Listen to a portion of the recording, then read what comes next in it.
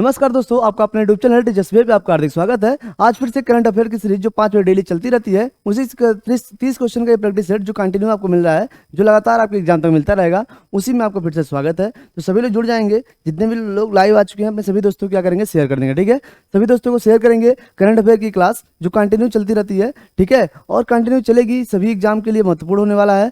साथ ही में अभी आगामी एग्जाम की बात किया जाए, जैसे आपका लेखपाल एग्जाम है और फिर रेलवे ग्रुप डी का एग्जाम है, CBT 2 कुछ लोग का होगा, और भी देखा जाए तो मेन एग्जाम आपका बीएड एंट्रेंस एग्जाम। इन सभी एग्जामों के लिए आपका करंट अफेयर तो महत्वपूर्ण होता है, क्योंकि हर एग्जाम में करंट अफेयर्स आने ही आने हैं।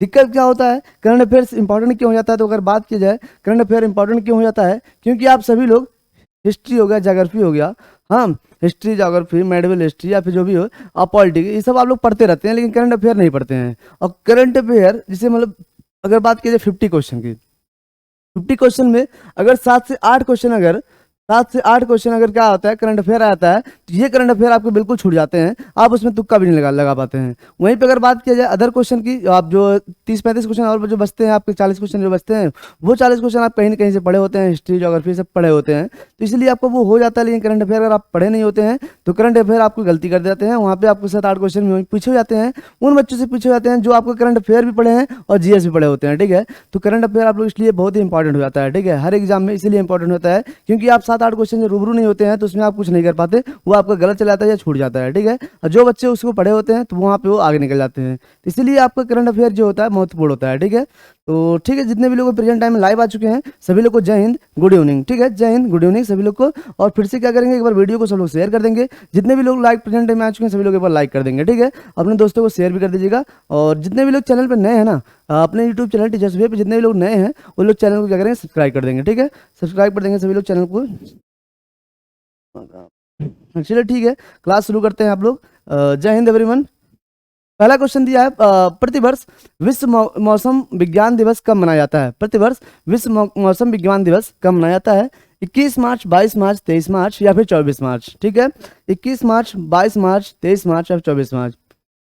हाँ, तो सभी लोग आंसर करेंगे आपका पहले का। हाँ बिल्कुल सही, जितने भी लोग सी आंसर कर रहे हैं बिल्कुल सही है। बिल्कुल सही है। 21 मार्च क्या होगा, आपको सॉरी 23 मार्च क्या होगा, 23 मार्च आपका सही आंसर होगा।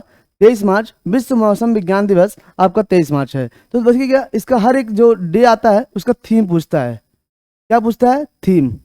थीम इसे क्या है, प्रारंभिक चेतावनी और फिर early morning, sorry early warning and early action. क्या होगा थीम इसकी, क्या है, early early warning, early warning and early action, early action. एक second,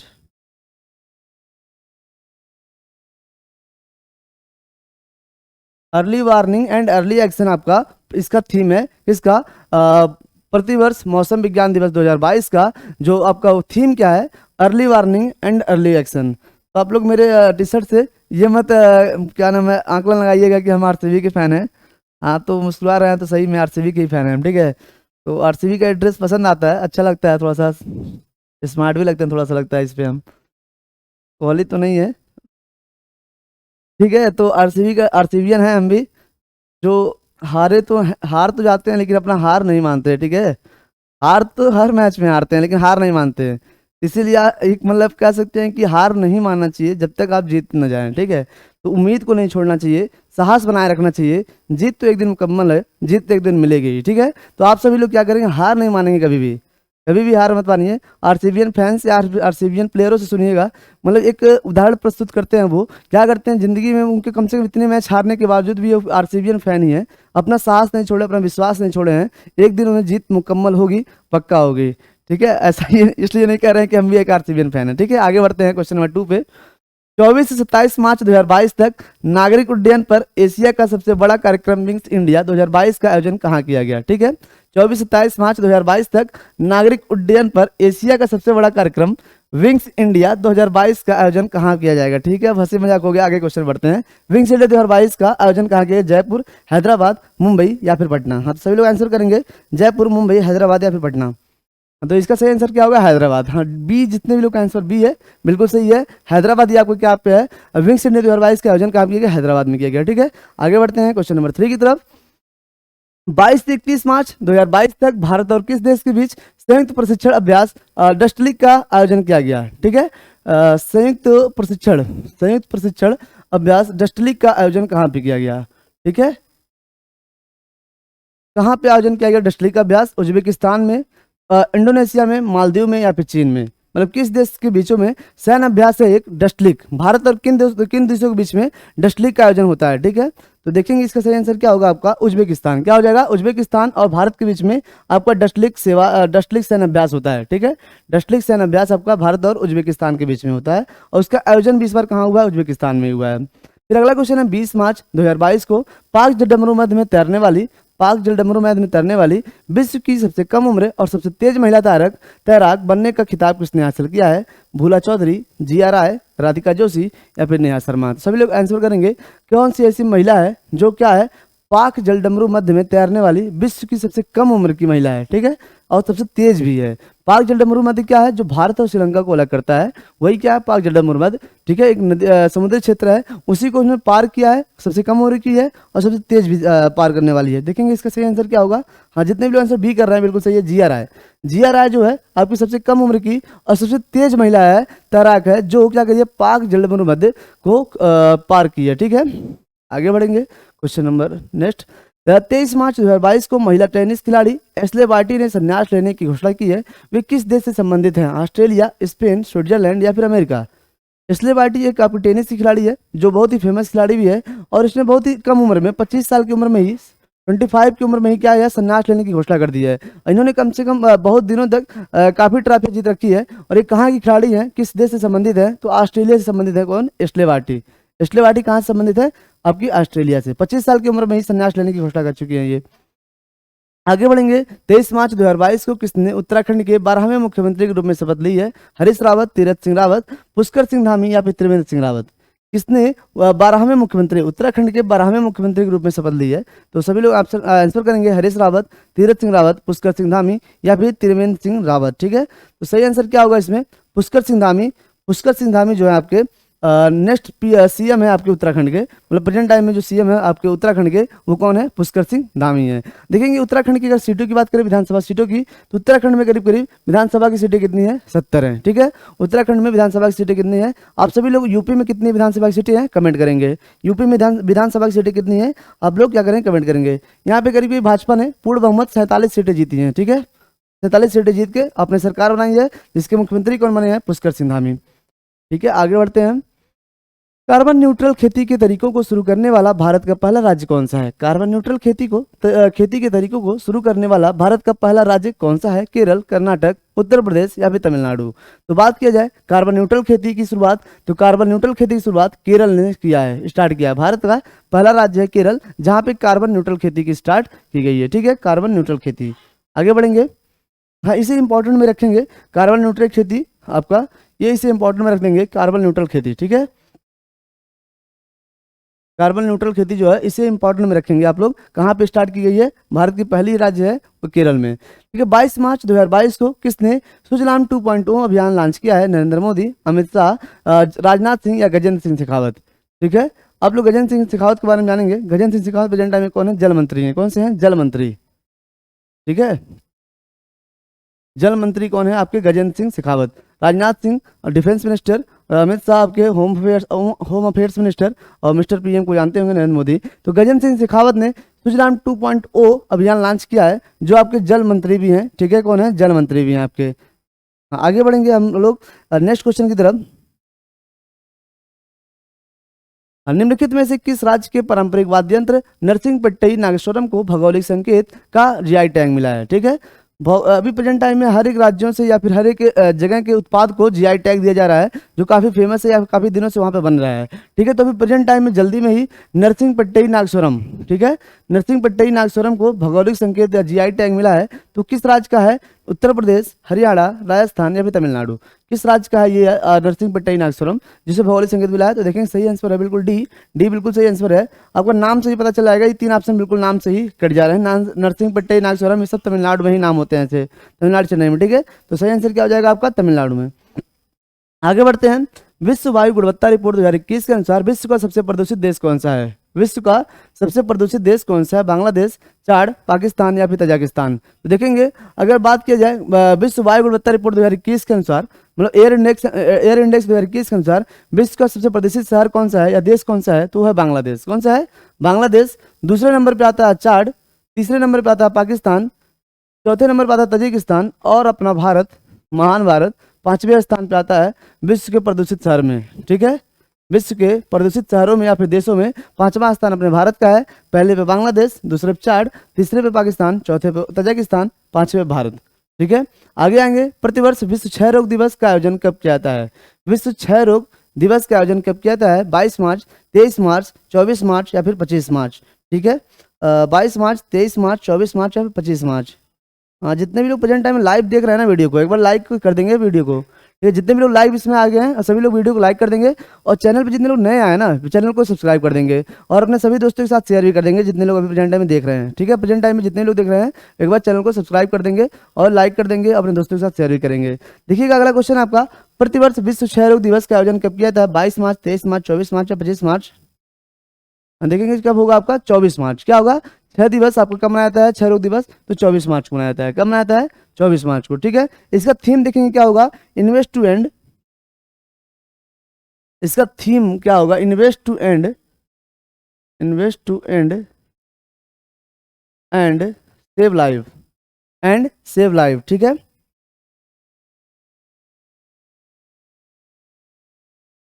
invest to end save lives आपका विश्व क्षय रोग दिवस 2022 का थीम है invest to end save lives, और 24 मार्च को आपका मनाया जाता है विश्व क्षय रोग दिवस।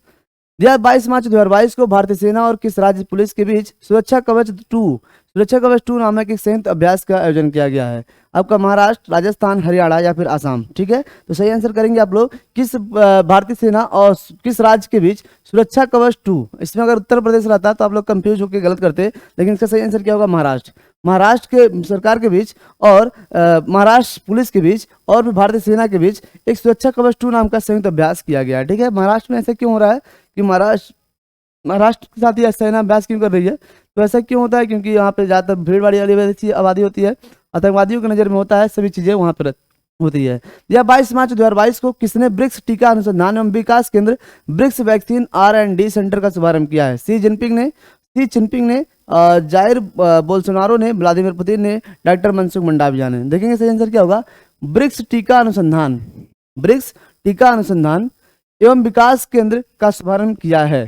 ठीक है, ब्रिक्स एक कुछ देशों का समूह भी है, ब्राजील, रसिया, इंडिया, चाइना और फिर एक है सिंगापुर शायद। ठीक है, साउथ अफ्रीका, सॉरी, हाँ, ब्राजील, रसिया, इंडिया, चाइना और साउथ अफ्रीका। कौन सा है? South Africa. ठीक है, ये आपका 5 देशों का समूह भी है इसमें ब्रिक्स। और देखिए इसमें क्या पूछा है कि ब्रिक्स टीका अनुसंधान एवं विकास केंद्र का शुभारंभ किया गया है, किसके द्वारा किया गया? इन चारों लोगों में से किसके द्वारा किया गया है? तो सही आंसर क्या होगा? डी। हाँ, ज्यादातर लोग आंसर डी भी कर रहे हैं, डॉक्टर मनसुख मंडाविया के द्वारा। मनसुख क्या है इसमें? आपके हेल्थ मिनिस्टर भी हैं। ठीक है, मनसुख, जिसका सुख रहेगा वही आपका हेल्थ मिनिस्टर बन भी सकता है। तो डॉक्टर मनसुख मंडाविया आपके हेल्थ मिनिस्टर भी हैं। ठीक है, सेंट्रल हेल्थ मिनिस्टर। अगला क्वेश्चन है, 23 मार्च 2022 को प्रधानमंत्री नरेंद्र मोदी ने कहां पर विप्लवी भारत गैलरी का उद्घाटन किया? नई दिल्ली, कोलकाता, रांची या फिर गांधीनगर? नई दिल्ली, कोलकाता, रांची या फिर गांधीनगर में मतलब नरेंद्र मोदी ने विप्लवी भारत गैलरी का उद्घाटन कहाँ पे किया? तो सही आंसर क्या होगा? कोलकाता में उन्होंने नरेंद्र मोदी ने विप्लवी भारत गैलरी का उद्घाटन पे किया है। ठीक है, आगे बढ़ेंगे। माउंटेन टेरेन बाइकिंग और बाईसाइकिलिंग मोटोक्रॉस के लिए भारत के पहले साई राष्ट्रीय उत्कृष्टता केंद्र की स्थापना कहाँ की जाएगी? ठीक है, भारत साई राष्ट्रीय उत्कृष्टता केंद्र की स्थापना कहाँ की जा रही है? श्रीनगर में, रानीखेत में, लेह में या फिर शिमला में? ठीक है, ये 4 ऑप्शन आपके पास है, श्रीनगर, रानीखेत, लेह और शिमला। इन किस जगहों में साई राष्ट्रीय उत्कृष्टता केंद्र खोली जा रही है जहाँ पे लोग बाइकिंग कर सकेंगे, बाईसाइकिलिंग कर सकेंगे? ठीक है, तो क्या यहाँ पे किया जाएगा आपका? सभी लोग आंसर करेंगे। अभी जितने लोग चैनल पर नए आए हैं ना सभी लोग चैनल को एक बार क्या करेंगे? सब्सक्राइब कर देंगे। ठीक है, ये सभी एग्जाम के लिए महत्वपूर्ण होगा क्योंकि सभी एग्जाम में आपका 7 से 8 क्वेश्चन आपका अक्सर करंट अफेयर के आ ही जाते हैं। ठीक है, जैसे आपका अभी प्रेजेंट टाइम में बीएड इंट्रेंस लगने वाला ही है, फिर रेलवे ग्रुप डी है और रेलवे CBT 2 है, लेखपाल एग्जाम है, यूपीपी आने ही वाला है। ठीक है, तो सभी एग्जामों के लिए करंट अफेयर तो महत्वपूर्ण होता है। तो इसकी थ्योरी क्लासेज जो 15 तारीख से स्टार्ट होने वाली है और हो चुकी है, और फिर जो आपकी प्रेजेंट टाइम में चल रही है ये सभी मतलब एमसीक्यूज और थ्योरी दोनों चलेगा, ठीक है। कंटिन्यू दोनों क्लास आप लोग लेते रहिएगा, कंटिन्यू लेते रहिएगा, हर एक एग्जाम के लिए आपका करंट अफेयर्स महत्वपूर्ण होता है, ठीक है। तो इसमें देखेंगे सही आंसर क्या होगा, शिमला, डी ऑप्शन जो होगा डी बिल्कुल सही है आपका। राष्ट्रीय उत्कृष्टता केंद्र मतलब साई राष्ट्रीय उत्कृष्टता केंद्र शिमला में खोला जा रहा है, ठीक है। आगे देखें बढ़ेंगे। हाँ, 24 मार्च 2022 को किस सैनिक बल का 187वां स्थापना दिवस मनाया जा रहा है, 187वां स्थापना दिवस मनाया जा रहा है। असम राइफल्स, सीआरपीएफ, आईटीबीएफ, आईटीबीपी या फिर बीएसएफ, ठीक है। तो सही आंसर करेंगे सब लोग आप लोग कि किस राज्य मतलब किस अर्धसैनिक बल का 187वां स्थापना दिवस मनाया जा रहा है, ठीक है। तो सभी लोग सही आंसर करेंगे। हाँ बिल्कुल ए, असम राइफल्स। असम राइफल्स सबसे पुराना अर्धसैनिक बल है जिसका 187वां स्थापना दिवस मनाया जा रहा है, ठीक है। 187वां स्थापना दिवस मनाया जा रहा है, ठीक है, असम राइफल्स का। आगे बढ़ेंगे। वाणिज्य मंत्रालय द्वारा जारी आंकड़ों के अनुसार वस्तुओं का निर्यात वित्त वर्ष 2021-22 में 21 मार्च 2022 तक कितने प्रतिशत बढ़कर 400.8 अरब डॉलर पहुंच गया है।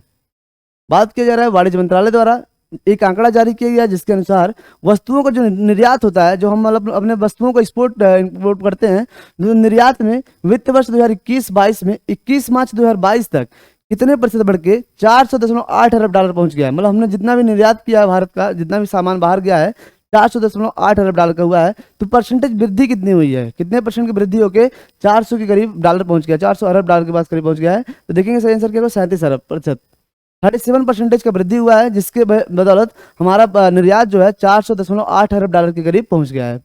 आगे बढ़ेंगे।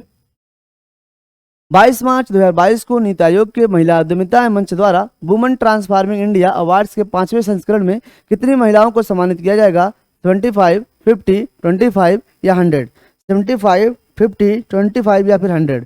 तो देखेंगे सही आंसर क्या होगा इसका,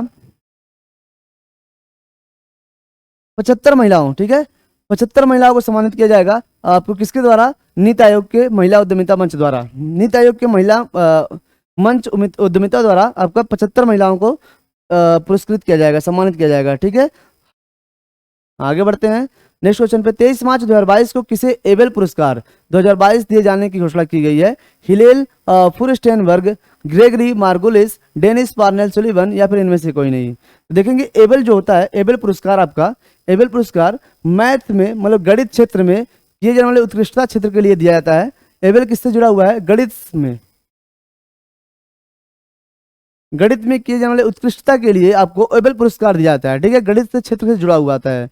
तो गणित में उत्कृष्टता करने के लिए 2022 का अवार्ड किसे दिया गया है, 2022 को किसे दिया जाएगा प्राइज। तो देखेंगे डेनिस पार्नेल सुलीवन को, डेनिस पार्नेल सुलीवन को 2022 का एबेल पुरस्कार दिया जा रहा है, ठीक है, 2022 का एबेल पुरस्कार दिया जा रहा है। आगे बढ़ेंगे। निम्नलिखित में से किस राज्य के केवलादेव राष्ट्रीय उद्यान में अफ्रीका की बोमा तकनीक का प्रयोग किया गया है, अफ्रीका की बोमा तकनीक का प्रयोग किया गया है, राजस्थान, असम, कर्नाटक या फिर तमिलनाडु। यहाँ पे सीधा सीधा लिख दिया है केवलादेव राष्ट्रीय उद्यान। तो केवलादेव राष्ट्रीय उद्यान आपका कहाँ पे है, सभी लोग कमेंट कर देंगे। कमेंट क्या करना है, सभी लोग आंसर देंगे केवलादेव राष्ट्रीय उद्यान कहाँ पे है आपका, केवलादेव राष्ट्रीय उद्यान। देखिए केवलादेव राष्ट्रीय उद्यान कहाँ पे है, राजस्थान में, बिल्कुल सही है। केवलादेव राष्ट्रीय उद्यान कहाँ पे, राजस्थान में। तो केवलादेव राष्ट्रीय उद्यान राजस्थान में ही आपका क्या हुआ है कि अफ्रीका की तकनीक है बोमा तकनीक, ठीक है, अफ्रीका की तकनीक है बोमा तकनीक। बोमा तकनीक में क्या होता है, आपको जो चित्तीदार हिरण होते हैं उन सबको पकड़कर पकड़ने का एक तरीका होता है, इसी तरीका से पकड़कर उनके मुकुंदरा हिल टाइगर रिजर्व में स्थानांतरित किया जा रहा है, ठीक है, मुकुंदरा हिल्स टाइगर रिजर्व में स्थानांतरित करने की एक तकनीक है। आगे बढ़ेंगे। प्रतिवर्ष अंतर्राष्ट्रीय नस्लीय भेदभाव उन्मूलन दिवस कब मनाया जाता है, मतलब जो नस्लीय भेदभाव होता है उसको समाप्त करने का एक दिवस मनाया जाता है, उन्मूलन दिवस। हाँ, नस्लीय भेदभाव उन्मूलन दिवस ये कब मनाया जाता है, 21 मार्च, 23 मार्च, 25 मार्च या फिर 27 मार्च, ठीक है। हाँ, अंतर्राष्ट्रीय नस्लीय भेदभाव दिवस, जैसे आप देखो आप लोगों ने अभी जल्दी कुछ साल हुआ अमेरिका में नस्लीय भेदभाव पे गोरे और काले लोगों के बीच में लड़ाई हुई थी, ठीक है, थोड़ी विवाद छिड़ गया था। तो मतलब इसीलिए अंतर्राष्ट्रीय नस्लीय भेदभाव दिवस मनाया जाता है उसकी समाप्ति के लिए। 21 मार्च, 23 मार्च, 25 मार्च या फिर आपका 27 मार्च। देखेंगे सही आंसर क्या होगा, 21 मार्च। 21 मार्च को अंतर्राष्ट्रीय नस्लीय भेदभाव दिवस मनाया जाता है, ठीक है। आगे बढ़ेंगे। 25 मार्च 2022 को नीति आयोग द्वारा जारी निर्यात तत्परता सूचकांक 2021 में किस राज्य को पहला स्थान प्राप्त हुआ है, पंजाब, कर्नाटक, महाराष्ट्र या गुजरात। बात की जरा नीति आयोग द्वारा जारी निर्यात तत्परता सूचकांक, ठीक है, निर्यात तत्परता सूचकांक में किस राज्य को पहला स्थान प्राप्त हुआ है, ठीक है, तो देखेंगे यहाँ पे गुजरात, किस राज्य को, गुजरात राज्य को आपको निर्यात तत्परता सूचकांक में पहला स्थान प्राप्त हुआ है। आगे बढ़ेंगे बस एक सेकंड। यह आपको 24/5/2022 को किस भारतीय कंपनी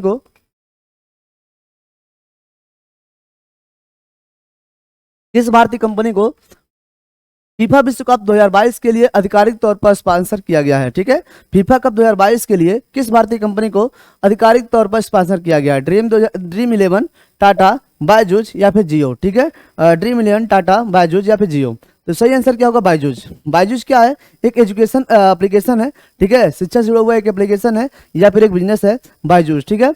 तो बायजूस आपका जो है एक फीफा स्पॉन्सर बन के लिए एक स्पॉन्सर के लिए चुना गया, ठीक है, बायजूस। आगे बढ़ेंगे। 23 मार्च 2022 को रक्षा अनुसंधान एवं विकास संगठन डीआरडीओ ने, ठीक है, डीआरडीओ ने कहां पर ब्रह्मोस सुपरसोनिक क्रूज मिसाइल का सफल परीक्षण किया है? बालासोर, रानीखेत, पोखरण या फिर अंडमान और निकोबार द्वीप समूह। हाँ, देखेंगे बालासोर, रानीखेत, पोखरण, अंडमान और निकोबार द्वीप समूह, कहां पर डीआरडीओ ने ब्रह्मोस सुपरसोनिक क्रूज मिसाइल का सफल परीक्षण किया है, ठीक है। तो सही आंसर क्या होगा आपका? सीधा सीधा दिया है अंडमान और निकोबार द्वीप समूह। अंडमान और निकोबार द्वीप समूह में आपका ब्रह्मोस सुपरसोनिक क्रूज मिसाइल का सफल परीक्षण डीआरडीओ के द्वारा किया गया है। यह अगला क्वेश्चन 25 मार्च 2022 को उत्तर प्रदेश के उप मुख्यमंत्री पद के तौर पर किसने शपथ लिया है? अभी 5 राज्यों में चुनाव हुए थे जल्दी, तो 5 राज्यों में से एक राज्य पंजाब में आम आदमी पार्टी की सरकार बनी थी, वहीं पर अदर 4 राज्यों में भाजपा और भाजपा की समर्थित पार्टियों की सरकार बनी है, ठीक है। तो इसके सीएम, उत्तर प्रदेश के सीएम कौन है? योगी आदित्यनाथ जी। और इसका पूछा है कि उप मुख्यमंत्री की शपथ किसने लिया है? तो केशव प्रसाद मौर्य और ब्रजेश पाठक, मतलब बी और सी दोनों लोगों ने क्या लिया है? उप मुख्यमंत्री पद का शपथ लिया है, ठीक है। और शपथ कहाँ पे हुआ था ये भी ध्यान रखेंगे, अटल बिहारी स्टेडियम, इकाना स्टेडियम लखनऊ में इन्होंने शपथ लिया था। आगे बढ़ेंगे। 25 मार्च 2022 को किसने लाल किला महोत्सव भारत भाग्य विधाता का उद्घाटन किया है? रामनाथ कोविंद, नरेंद्र मोदी, स्मृति ईरानी या जी किशन रेड्डी। बात किया लाल किला महोत्सव भारत भाग्य विधाता, लाल किला महोत्सव भारत भाग्य विधाता का उद्घाटन किसने किया है? रामनाथ कोविंद, नरेंद्र मोदी, स्मृति ईरानी या फिर जी किशन रेड्डी, ठीक है। तो सभी लोग अपना आंसर करेंगे, इसमें कौन सा आंसर सही होगा आपका? हाँ, इसमें क्या है? स्मृति ईरानी। स्मृति ईरानी ने क्या किया है? भारत भाग्य विधाता का उद्घाटन किया है। जो भारत भाग्य विधाता है वो अमृत महोत्सव के अंतर्गत आता है, जिसके संस्कृति मंत्रालय इसके अधीन करती है, ठीक है, संस्कृति मंत्रालय के अधीन अमृत महोत्सव के अंतर्गत ये किया गया भारत भाग्य विधाता। अगला क्वेश्चन है 22 मार्च 2022 को कौशल विकास और उद्यमिता मंत्रालय ने किसे समुद्री इंजीनियरिंग के क्षेत्र में उत्कृष्टता केंद्र COE के रूप में मान्यता प्रदान की है? INS Shivaji, INS Rudra, INS Krishna, INS ध्रुव, ठीक है। आप सभी लोग 4 ऑप्शन है, आपको सही आंसर करेंगे, इसमें क्या होगा? हाँ, INS शिवाजी बिल्कुल सही है। INS शिवाजी जो है आपका, INS शिवाजी समुद्री इंजीनियरिंग के क्षेत्र में उत्कृष्टता केंद्र के रूप में मान्यता प्रदान किया गया है। ये क्या है? ये आपका एक नौसेना स्टेशन है, ठीक है। क्या है आपका? एक महाराष्ट्र में एक भारतीय नौसेना स्टेशन है, महाराष्ट्र का। INS शिवाजी जो है महाराष्ट्र का एक नौसेना स्टेशन है, महाराष्ट्र का क्या है? एक नौसेना स्टेशन है, ठीक है। आगे बढ़ेंगे। INS शिवाजी 24 मार्च 2022 को भारतीय रिजर्व बैंक के गवर्नर शक्तिकांत दास ने कहां पर रिजर्व बैंक इनोवेशन हब का उद्घाटन किया है? तो देखेंगे एक क्वेश्चन तो यहाँ पे ऐसे ही दिया है, भारतीय रिजर्व बैंक के प्रेजेंट टाइम में गवर्नर कौन है? तो गवर्नर कौन है? शक्तिकांत दास। कौन है? शक्तिकांत दास। अब लेकिन इन्होंने पूछा है कि कहां पर रिजर्व बैंक इनोवेशन हब का उद्घाटन किया गया है? मुंबई, बेंगलुरु, नई दिल्ली या फिर हैदराबाद, ठीक है। तो सभी लोग सही आंसर करेंगे, मुंबई, बेंगलुरु, नई दिल्ली या फिर हैदराबाद, ठीक है। सही आंसर क्या होगा? बी, बिल्कुल सही है। बेंगलुरु में इन्होंने क्या किया है? रिजर्व बैंक इनोवेशन हब का उद्घाटन किया है, ठीक है, रिजर्व बैंक इनोवेशन हब का उद्घाटन किया है। चलिए ठीक है, आप सभी लोग बताएंगे कि अपना क्लासेस कैसे चल रहे हैं और पढ़ाई कैसी चल रही है, आपकी स्टडी कैसी चल रही है, ठीक है। सभी लोग की तैयारी कैसी है, एग्जाम कैसा जाएगा? अगर आप लोगों की तैयारी अच्छी होगी तो एग्जाम अच्छा जाएगा, ठीक है। हाँ, तो आगे बढ़ते हैं नेक्स्ट क्वेश्चन की तरफ। 24 मार्च 2022 को किस राज्य ने समान नागरिक संहिता UCC को लागू करने के लिए एक उच्च स्तरीय कमेटी बनाई है? उत्तर प्रदेश, हिमाचल प्रदेश, उत्तराखंड या फिर हरियाणा, ठीक है। सही आंसर क्या होगा इसमें? सभी लोग बताएंगे, उत्तर प्रदेश, हिमाचल प्रदेश, उत्तराखंड या फिर हरियाणा। क्या दिया है कि किस राज्य ने समान नागरिक संहिता को लागू करने के लिए एक उच्च स्तरीय कमेटी बनाई है? इसमें सही आंसर क्या हो जाएगा आपका? आंसर क्या होगा? उत्तराखंड। क्या हो जाएगा? उत्तराखंड। समान नागरिक संहिता को लागू करने के लिए एक उच्च स्तरीय कमेटी कौन बनाया है? वह बनाया उत्तराखंड ने। ठीक है, अभी प्रेजेंट टाइम में समान नागरिक संहिता किस राज्य में चालू है? मतलब किस राज्य ने आपका यूनियन सिविल कोड लागू लागू कर रखा है, समान सिविल संहिता? गोवा। गोवा राज्य ने क्या किया? अभी समान सिविल संहिता केवल गोवा राज्य में लागू है। आगे बढ़ेंगे। 24 मार्च 2022 को किस राज्य विधानसभा ने सार्वजनिक परीक्षा भर्ती में अनुचित साधनों की रोकथाम के अध्युपाय विधेयक 2022 पारित किया है? मतलब रोकथाम के लिए एक विधेयक 2022 पारित किया है। राजस्थान ने, गुजरात ने, बिहार ने या पंजाब ने? देखेंगे ये बहुत ही अच्छा कदम होगा, अच्छा फैसला होगा। राज्य सरकार, जिस भी राज्य सरकार ने चालू किया है कि सार्वजनिक परीक्षा में अगर कुछ आप अनुचित ले आते हैं, प्रयोग करते हैं, या फिर जितने लोग इस गिरोह में शामिल होते हैं उन सभी लोग के लिए क्या होगा? रोकथाम के लिए विधेयक 2022 पारित किया गया। ठीक है, ये बहुत ही बड़ी समस्या है हमारे भारत की। कोई भी एग्जाम होता है, आप एग्जाम तो ऐसे ही 2 साल 3 साल बाद होता है, फॉर्म डलवाने के बाद उतने लेट की जाती है, लेकिन उसमें क्या होता है कि कुछ गिरोह या कुछ मतलब नगलची बोला जाए, मतलब या कुछ अधिकारी लोग उसमें मिल के क्या करते हैं, पेपर गड़बड़ कर देते हैं, पेपर आउट कर देते हैं, या फिर उसमें नकल वगैरह की व्यवस्था हो जाती है, जिसकी वजह से क्या होता है? पेपर पोस्टपोन होता है, कैंसिल होता है, रद्द होता है, बच्चों का भविष्य फिर से 1-2 साल के लिए अधर में लटक जाता है। तो ये अच्छा जिस भी राज्य सरकार ने किया, तो किसने किया यही पूछा है। तो राजस्थान सरकार ने एक विधेयक लाया है, 2022 विधेयक पारित किया है, जिसमें सार्वजनिक परीक्षा में अनुचित साधनों के उपयोग के लिए रोकथाम के लिए आपका विधेयक 2022 पारित किया है। इसमें करीब करीब 10 साल की सजा और आपका 10 या 11 करोड़ का जुर्माना भी है। ठीक है, इसमें आपको 10 साल की सजा भी हो सकती है, और आपको क्या हो सकता है? ये 10 करोड़ रुपये का जुर्माना या फिर 10 वर्ष तक की सजा। ठीक है, 10 वर्ष तक आपको जेल जाना होगा, इसमें जो भी पकड़े जाएंगे, जो गिरोह के सदस्य होंगे, या फिर 10 करोड़ रुपये का जुर्माना होगा। ठीक है, इसके पहले भी 1992 में इस संशोधन हो चुका है। ठीक है, नेक्स्ट क्वेश्चन बढ़ते हैं। तो ठीक है, आज यहीं पे आपका क्वेश्चन कंप्लीट होता है। 30 क्वेश्चन का कैसा रहा टेस्ट, कैसा आपका कितने क्वेश्चन सही गए, ये सभी लोग कमेंट करेंगे। और ये वीडियो कल आपको 6 बजे आपको जीके जीएस की प्रैक्टिस सेट, 7 बजे आपकी सुधीर सर के साथ हिंदी की, और 8 बजे रीजनिंग क्लास। ठीक है, तो आप लोग बने रहिएगा अपने टीचर्स वे परिवार के साथ। ठीक है, जय हिंद, जय जय भारत।